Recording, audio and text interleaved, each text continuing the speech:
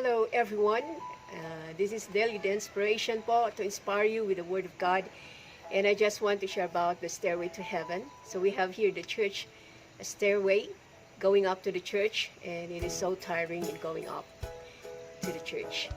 But in this verse po, so John chapter 1 verse 51, this is the story about the first disciples na Panginoon following Jesus.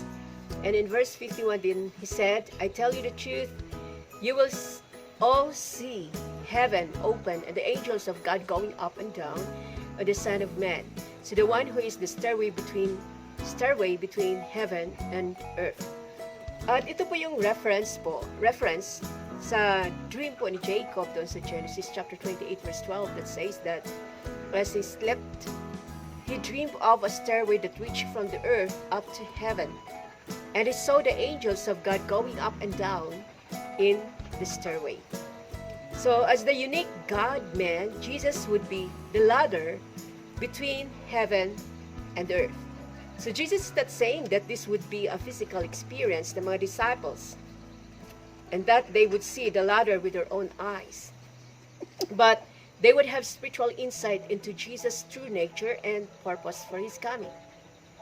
Naalala ko po nung ako po ay umakyat po doon sa grotto. Ito, isa sa mga tourist spot dito sa Baguio, di po ba? Yung sa grotto. So we take 800 steps going up to the grotto. At naroon po na talagang so tiring kasi na doon na wala po ng hininga. Very tiring.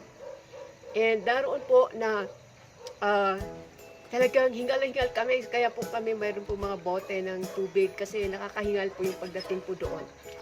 At naroon po na, pagdating doon, you can see the beautiful view ng doon banda sa grotto. And in the Old Testament, si Jacob po nag-dream of the stairway to heaven, to reach from earth, reaching earth to heaven. Doon sa Genesis chapter 28 verse 12 to 15.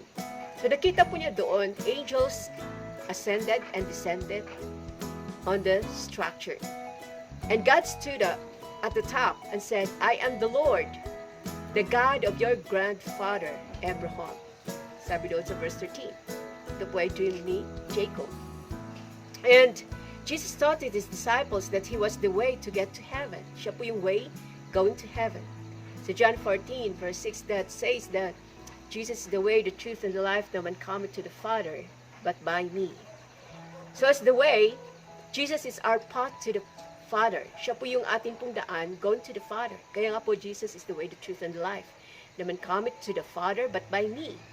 So siya po yung way natin para marating po natin ang heaven.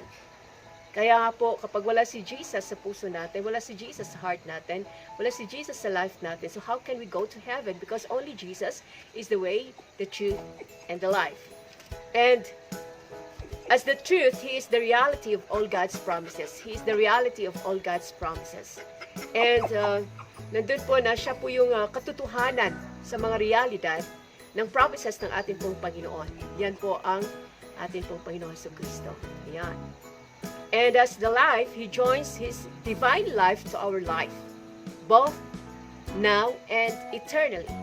So makita po natin na yun pong divine life ni Jesus ay napunta po sa atin at nag-connect dun sa atin pong life. And nandun po we cannot reach God with our own strength, with our own effort. Hindi po natin kaya pong abutin ng Panginoon. And because of Romans 3:23 says that for everyone has sinned and fall short of God's glorious standard. So lahat po tayo nagkasala. All sins makes us sinners before God, and all sins cuts us off from our holy God.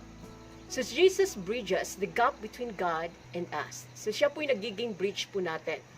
And He is the Lamb of God. John chapter 1 verse 29 says that the next day John saw Jesus coming toward him and said, Look, the Lamb of God who takes away the sin of the world. So every morning and evening po, a lamb was sacrificed in the temples doon sa Old Testament for the sins of the people. Exodus chapter 29 verse 38 hanggang 42. So sa Isaiah 53 verse 7 says that He was oppressed and treated harshly, Yet he never said a word. And he was led like a lamb to the slaughter. And as a sheep is silent before the shearers, he did not open his mouth. Yan.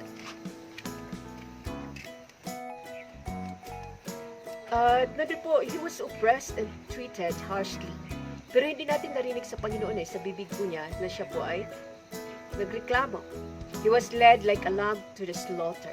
Nakatulad po ng isang lamb na ipinunta sa slaughter, and then he's like a sheep is silent before the shearers, and he did not open his mouth. So nandun po siguro nung inaano na po ang Panginoon yung katawan niya, so wala kang mapakinggan kasi naroon talagang tiniis ni Lord para sa atin lahat. So the Messiah suffered for our sake, bearing our sins to make us acceptable to God. So siya po yung ating pong lamb that was sacrificed in behalf po na tayo po dapat yun, pero inako po ng Panginoon. Siya yung lamb na slaughtered, that was slaughtered for our own sake, para po sa ating pong mga kasalanan. So ang Messiah po natin ay siya po yung nagiging bearer po natin, sin bearer, at siya po yung nagbigay sa atin po ng way that we will be accepted by God. Kaya nga po, Jesus is the way, the truth, and the life. No one comes to the Father but by me. So what can we say to such love ng Panginoon? So very extravagant.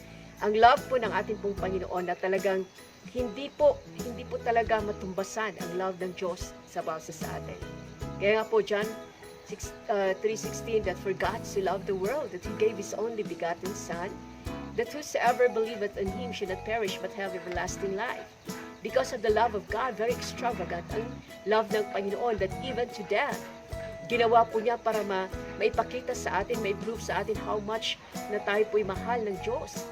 At nandun po hindi masukat ang pagmamahal ng Diyos sa bawat sa atin. Wala ni isa sa atin ang pwedeng sumukat doon.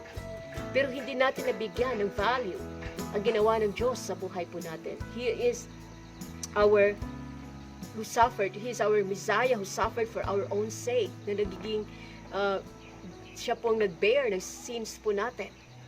And that is how God proved His love sa bawat sa atin. Pwede naman tayong pabayaan ng Diyos Dahil naroon po na ano namang ipagmamalakan natin, kundi po, di ba, makasalanan lang tayo.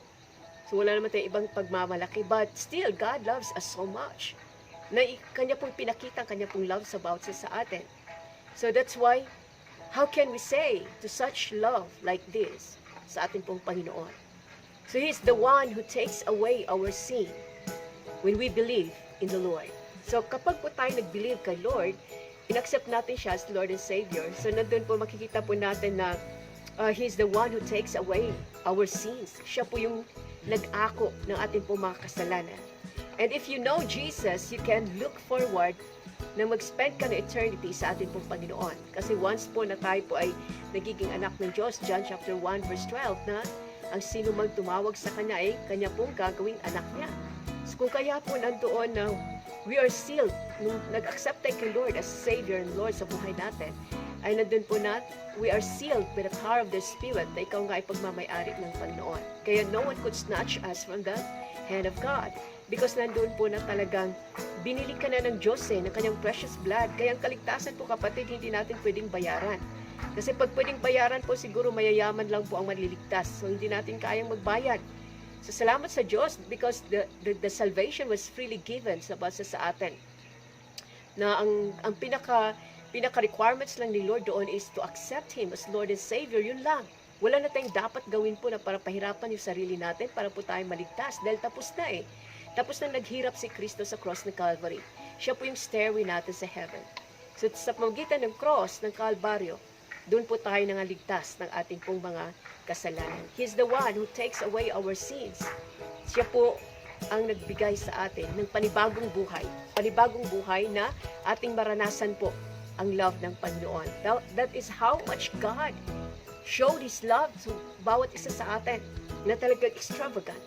Walang pwedeng sumukat doon sa love ng ating Panginoon. Kaya kung ikaw ay nakakilala na sa Panginoon, so you are secure that nandun po you're spending eternity with Him. Makasama po ang Panginoon. And if you don't have, na hindi mo pa na-accept si Jesus, today is the perfect time to consider the one who died for you, your personal stairway to heaven. So siya po yung personal stairway natin sa heaven. Kaya kung tayo po ay hindi pa tumanggap sa Panginoon, nandun po na hayaan po natin na this is the time, this is the best, the perfect time to consider the one who died for us, the one who is our personal stairway to heaven. So siya po yung stairway to heaven natin, ang ating pong Panginoon. Kaya kapatid, naroon mga kapatid na we need God in our lives. Siya po yung ating pong sin bearer. At sa pamagitan po ng pagtitiis ng Panginoon sa cross ng Calvary, ay naroon po na dahil po sa atin po, dahil sa pagmamahal niya po sa bawat sa atin. Kaya nga po sa Isaiah 53 verse 7 that He was oppressed and treated harshly, yet He never said a word doon sa ginawa sa Kanya. He was led like a lamb to the slaughter, na para po siyang lamb doon sa pagkakatayin po ng mga lamb sa slaughter area. And as a sheep is silent before the shearers, He did not open His mouth. Dahil nandun po gusto ng Panginoon na ipadama sa atin ang love po niya sa bawat isa. Kaya kapatid, wala tayong ibang stairway to heaven kundi ang Panginoon po. Siya lamang po yung ating stairway. No one. Na wala na po iba. Wala na po ni sino man ang stairway to heaven. Kasi siya lang po yung namatay sa cross ng Kalbaryo. At siya po nag-bridge sa atin, sa God the Father at sa atin. Nandun siya po yung bridge natin. Kaya Jesus is the way, the truth, and the life, no one coming to the Father but by me.